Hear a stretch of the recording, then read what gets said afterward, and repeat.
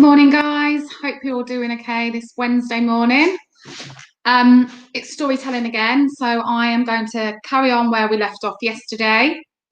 If you haven't joined me for any of my reading sessions over the past couple of weeks, we are reading the Unmumsy Mum, and that's written by Sarah Turner.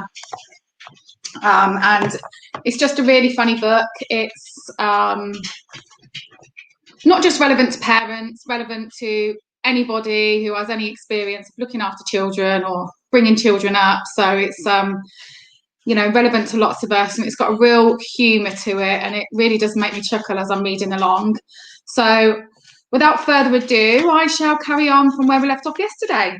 So get yourselves comfy and off we go. I can't hold it. My we, I mean.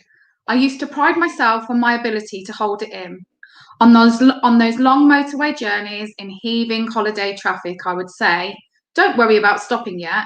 Let's at least get on the M4. The next service's 30 miles sign would have been plenty of notice. I may even have continued to sip water as we approached the stop, safe in the knowledge that bladder relief was imminent. One time I travelled for 8 hours in the car without the urge for a wee, and I never needed a wee during the night. I was pretty hardcore at bladder control. I do slightly more these days. I was okay-ish after having Henry, but since having Jude, it's safe to say the old pelvic floor has been challenged. I think said floor works at around 50% capacity, and there are days I wonder if it's even still there at all. I was lazy at doing my pelvic floor exercises. Do them for half an hour while watching Corrie, somebody told me once, and I did try, but I was forever distracted. Pelvic floor, pelvic floor. Oh, I don't like Gail's shirt, do you? I should have exercised harder. If you're reading this and you're pregnant, do some now. The challenge is to do them without making a nonchalant, casual face like when you're peeing in the sea. Or, how I imagine one might look if one were peeing in the sea. Just take it from me, the shit they scare you with about bladder weakness is real. And nowadays, when I need to go, I need to go. And while there's no requirement for tenor lady yet, every so often, when I don't get to the loo quick sharp, a little bit comes out. Sometimes that happens when I race Hemi to the park or run up the stairs with any kind of bounce. PMSL is a genuine threat. Pelvic floor failings aside, things down below are all right, but they're not the same. Come on, they're just not. You hear horror stories about third-degree tears and stitches and prolapses. Genuinely, the latter makes me feel quite faint. So once again, I feel I've been let off easy. But we all have a tale to tell, and I'm no exception. It's much better to have stitches. It's a lot tidier, somebody once remarked. Tidier it may be, but I'll be honest with you. Whoever stitched me up the first time was aiming for less as it was before and more virgin bride. You probably don't need to know this. Do you want to know this? Oh, sod it. I'm just sharing that this can happen because I, for one, certainly never expected to have a tightness problem post-baby. It was later confirmed said seamstress had indeed got a bit needle and thread happy. I had no stitches after Jude, and I'm not sure if that was the right decision. I can remember the midwife commenting that I could use a few stitches, but I think we all got a bit distracted by that attention-seeking placenta and forgot. So now I'm left with something that loosely remembers the original, if you get my drift. I'd rate it 7 out of 10. Much like the shrunken boobs, it is what it is. Stretch marks. I was quietly relieved when I didn't get any stretch marks with Henry. After succumbing to advertising campaigns about stretch mark prevention, I had bio-walled myself up religiously throughout the pregnancy. Second time around, I didn't have the time, the inclination, or the toiletries budget to oil up my bum, so I reckon I half-heartedly massaged in some baby oil once or twice at best. Maybe I'm a walking controlled experiment for bio-oil usage. As sure enough, stretch marks arrived at the very end of pregnancy too. But I strongly suspect it was less my lack of massage and more Jude's 1 week extra stay in the Utero hotel and subsequent extra pound of weight that prompted those purple thread-like fuckers to show up. mostly on my hips and inner thighs. My thighs. Why my thighs grew so much in pregnancy, I'll never know, but they did. And those now silvery inner thigh squiggles are the most visible pregnancy legacies I have, other than the children, obviously. I have seen some wonderful social media campaigns all about empowering women to feel confident about their mummy bodies. And I think these are really important. They fly in the face of the Beachbody Ready advertising campaign and make me want to high five everybody involved. But I never feel quite empowered enough to share those "I'm a goddamn mummy tiger who earned her stripes" type stretch mark pictures on Facebook. Because at the end of the day, if we're cutting out the bullshit, I quite honestly prefer not to be stripy. Overall wellness. I was at least partially prepared for most of the aforementioned body quirks. No major surprises, except the genuine risk of wetting myself on a bouncy castle, which I thought was an urban legend. The thing I probably underestimated most of all was the impact that having kids would have on my overall health. I'm not talking about my mental health, which undoubtedly suffered in the earliest months, but about feeling a bit ropey physically, a bit ropey all of the time. If I counted the days in each of my baby's first years when I wasn't feeling 100%, I would get to at least 364. It always amazes me how little recovery time you get as a new mum, and I'm sure that plays a part. Whichever way that baby comes out, C-section, forceps, in the giant bloody bath, I'm sure that days later you still feel like you've been involved in a major traffic accident with an Eddie Stobart lorry. And yet you just get on with it, even though you've been thrown in at the deep end with nothing but a bounty pack. Months later, after an average of 3.2 hours sleep a night, I think it all catches up with you and comes out as colds and sore throats. Nobody warns me about the not feeling 100%, feeling more like 60% at all times, except when you've had a gin and tonic effects of having children. In fact, even if they had warned me, I would have just thought, nah, not me, I'll be different.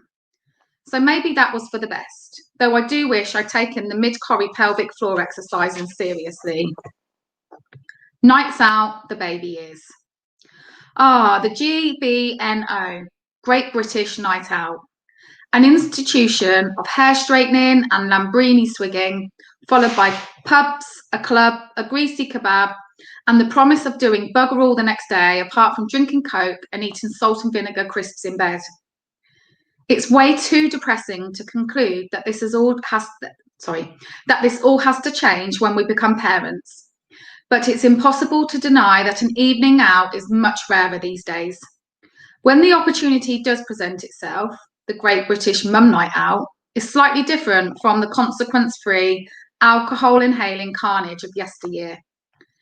Back in the day, I used to spend the best part of a day getting ready for a night out. On occasion, if I had a proper event to go to, like a party or a wedding, preparation started the day before. This prep might have included preening activities such as nail painting, exfoliation, or fake tan application. Sometimes on a Saturday night, it might even have involved a late afternoon nap followed by a long bath and some bacon sarnies to line my stomach. During the glory days, 2003 to 2011, a big night out with the girls used to be just as much about the getting ready and getting hammered via the dangerously misleading strength of homemade cocktails as it was about the time spent actually out. Once we had all piled into one of our bedrooms, the drinks would flow, the hair straighteners and perfume would be out in force, and Kiss FM or Huge Hits 2005 would provide the soundtrack to our leisurely makeup application. We'd discuss texts from boys and swap beautifying tips. There were no YouTubing contouring tutorials back then. You basically just shoveled on bronzer and teamed it with the lip gloss you'd bought from Superdrug earlier that day. I can remember occasions when I got 100% ready and then at the last minute decided to change into something else and or redo my hair, just for fun. Because I could. Right now, this seems ludicrous. I almost want to smack the pre-parent me in the face. A face fresh from sleep, a face which said, I just can't decide which skimpy outfit to wear. But no dramas, because whichever one I don't choose can be road tested next week when I do this all over again.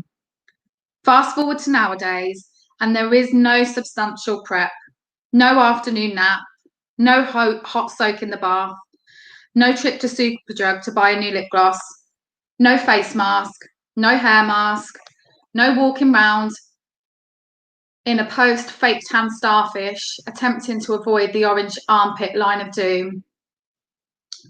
Nowadays, I rush a shower as Henry shouts, "Mummy, Mummy, can I have a biscuit? Can you put Scooby-Doo on? Luke Skywalker's trousers have fallen off.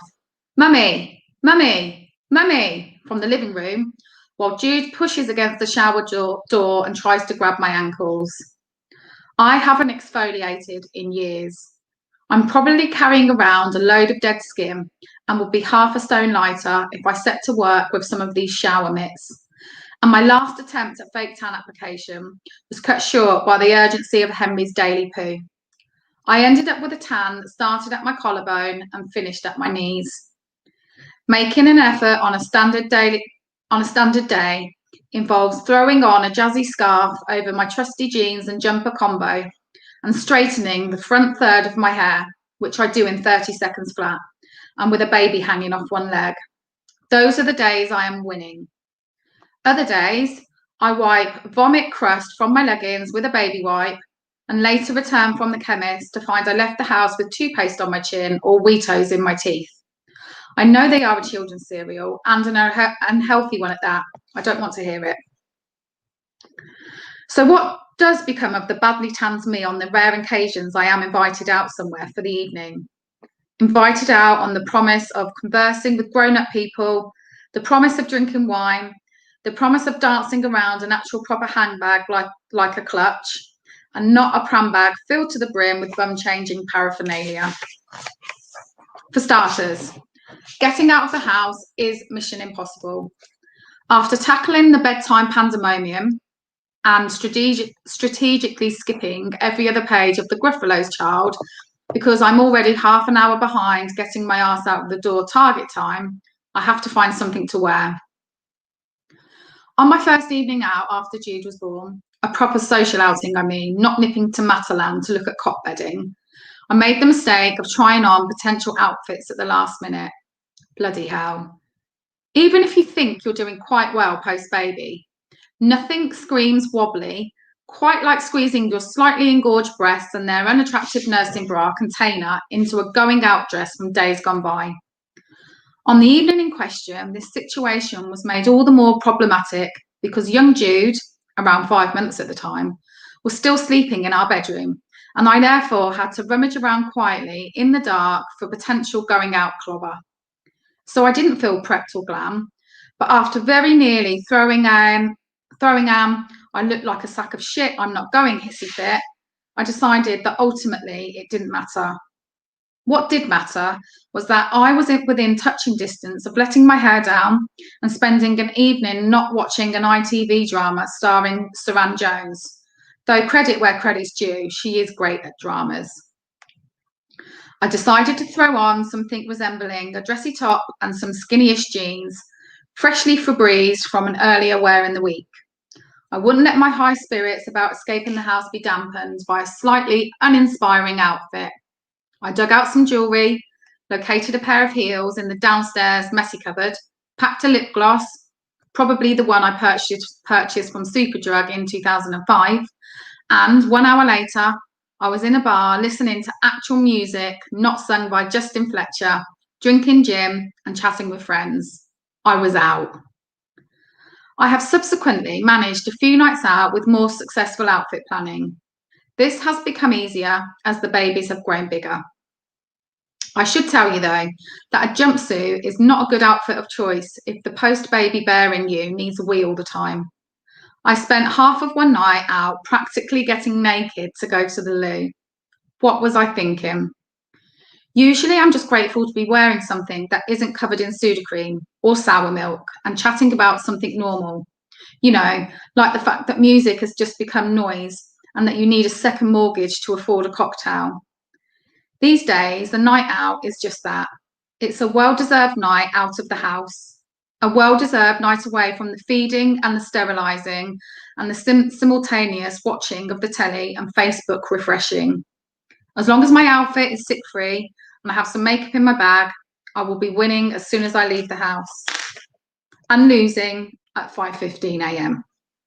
when the euphoria of having escaped the daily grind and downing some Prosecco with people much cooler than me has well and truly worn off.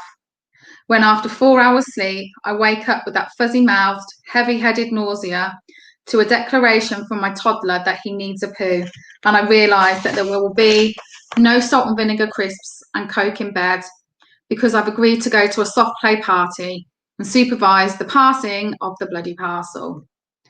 More than anything else, the worst bit about nights out, when you are the owners of small people, is the consequence of your short-lived freedom the next day. The show must go on. If only the night out freedom lasted until brunch, eh? Soft play hellholes.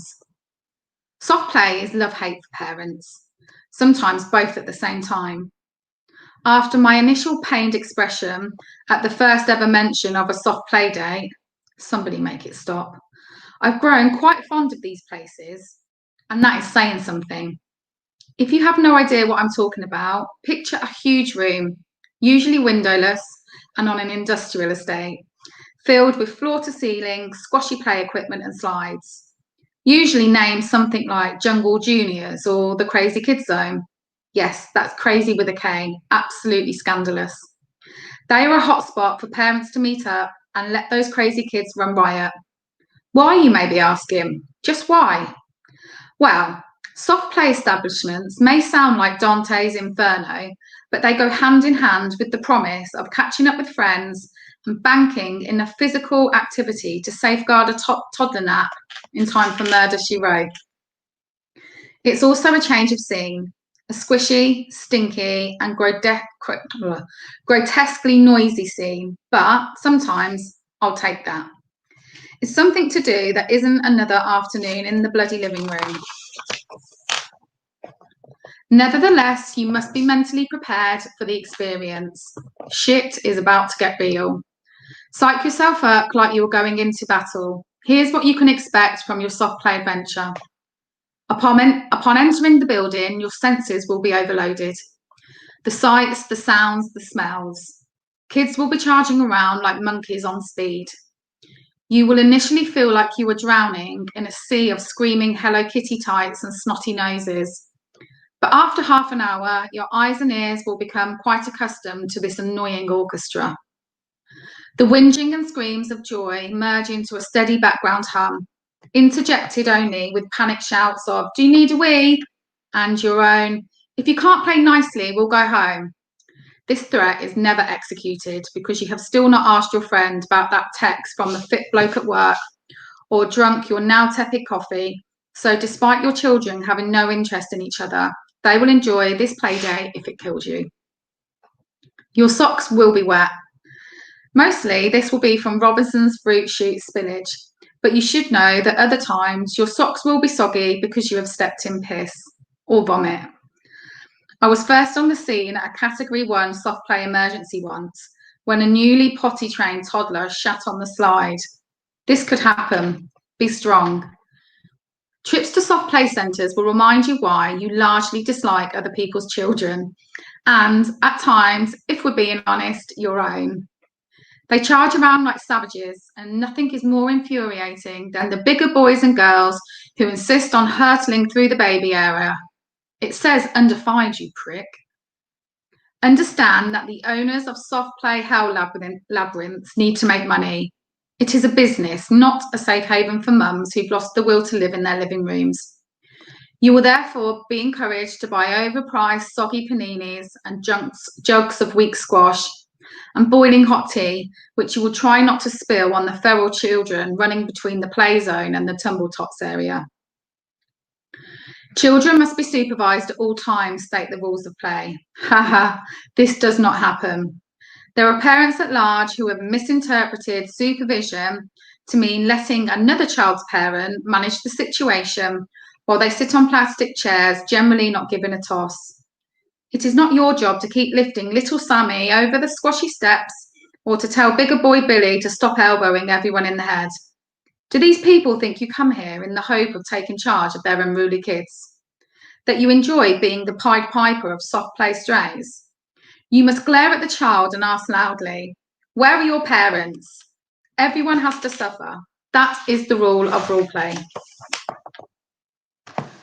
Soft play, sorry. That is the real rule of play. Having said that, one of my favourite ever comments on my blog was a mum of two slightly older children noting that she had done her fair share of soft play running around after everybody's children when hers were little, so had earned the right to kick back with hot chocolate and heat. I've served my time, she wrote. This gives me hope for the future. One word of warning is to watch what you wear. Don't wear low-rise jeans. At some point, your rescue services will be required at the top of the squashy play warren, and you will end up scaling 5 yards of rope netting to collect your child with the top half of your knickers on show. I was still wearing rather fetching and large M&S cotton maternity pants for the best part of a year post-birth. Nobody needs to see that when they're enjoying a soggy panini. The same goes for low-cut tops. I misplaced a breast pad in the ball pool once. I probably forgot to reclasp the odd feeding bra, or maybe I just neglected to tuck my boob back in at all. I wonder if it's still in there somewhere. I dread to think what else is submerged beneath those balls. Lost breast pads, hairbands, plasters. We should just accept that the most appropriate attire for such outings is leggings and a t-shirt, or high-waisted jeans. And remember to pack socks, because the aforementioned sock sogginess is still preferable to the risk of a verruca. You will catch up with your friends in 10-second chunks of conversation only. These chunks, sandwiched between your combined offspring's food, loo, behaviour issues. I'm thinking of applying for a new job actually, but will you stop climbing up the slide? Did I tell you what happened at Claire's suite? She was already 3 centimetres dilated and, "Come here now, mummy's getting really cross." Eventually, once you've got the gist of each other's life updates, it's time to make a move. It then goes without saying that your children won't want to leave this noisy hellhole. There may be tears and or protest planking in the mega maze. That's why you must always make sure you have backup unhealthy snacks unhealthy snack bribes to entice them back to the car, and wine in the fridge for when you get home, obviously. I should note that if you go in half term or with a gin hangover from the aforementioned night out, soft play is much worse than an afternoon in the living room. It's total carnage.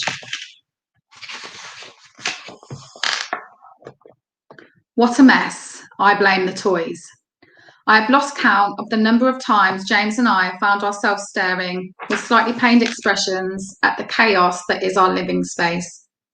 Home is where the heart is, by all accounts, but I can't say my heart belongs to the house I'm living in at the moment, despite having been there for 3 years. We eat and sleep in it. I spend at least 4 days a week begging my children to calm down and stop charging around inside it, but it's a far cry from the family home we'd had in mind. Perhaps it was foolish of us to buy a project, though. In our defence, it was the one and only house we could afford at the time, so we put an offer in, despite the laminate flooring smelling of dog wee. It ticked enough boxes, 3 bedrooms, not in the ghetto, and although it was far from ideal, no bath, no utility room, no useful storage of any kind, no parking, horrendous and worrying 1970s mushroom patterned tiles, we were like Kirsty and Phil's dream property hunters. We saw the potential. Unfortunately, property potential amounts to jack shit when you have neither the funds nor the time to realise that potential. There is no spare DIY time when you own small people. We had not thought it through and now live in a constant state of, we'll sort it out at the weekend, next month, next summer. 3 years worth of failed weekends, next month, next summer sort-out promises have left us with some interesting quirks. There are times when I couldn't care less about our habitable, but ultimately a bit shit house. But sometimes the frustration of not easily being able to fix things with the kids around annoys me beyond belief. And I've discovered James is the same. Hence our pained expressions and lots of sighing. Pre-kids, we simply would not have put up with a barely usable sink and a hallway chandelier like with no bulbs. We were supposed to investigate both the leaky wash basin and non-standard bulb sizes back when we moved in. Never in a month of Sundays would we have to make do with an old bed sheet as a curtain because the blind fell down. We were supposed to investigate stronger blind fitting options about 2 years ago. Pre-kids, if somebody had suggested that I would start but fail to complete painting the hideous mahogany kitchen units, I would have laughed in their face. Nobody is that bloody lazy. Clearly, you wouldn't make do with a half-painted kitchen, for God's sake. Oh, right, yeah, that's now on next summer's to sort out this too. Given that the pair of us struggle to find the time to fart without the boys interrupting, I think it's a fair assumption that this ever-multiplying list will be rolled over forevermore, at least until we come to sell the house and an estate agent tells us the tiles really have to go. And then there's the general mess. Home may not be where the heart is, but it's certainly where all the crap is. And as we engage in regular look at the sodding state of the place conversations, we discovered we share a common hatred towards the things we regard as the root cause of endless untidiness. Toys. Right, we're going to finish there for this morning. Hope you enjoyed that. Going to be back online in about half an hour or so with Luke, and we're hopefully technology is going to work for us today, and we've got Will from QSpace joining us. So if you can, come back and join us at about 11. If not, we'll see you all tomorrow. Have a great day. See you later.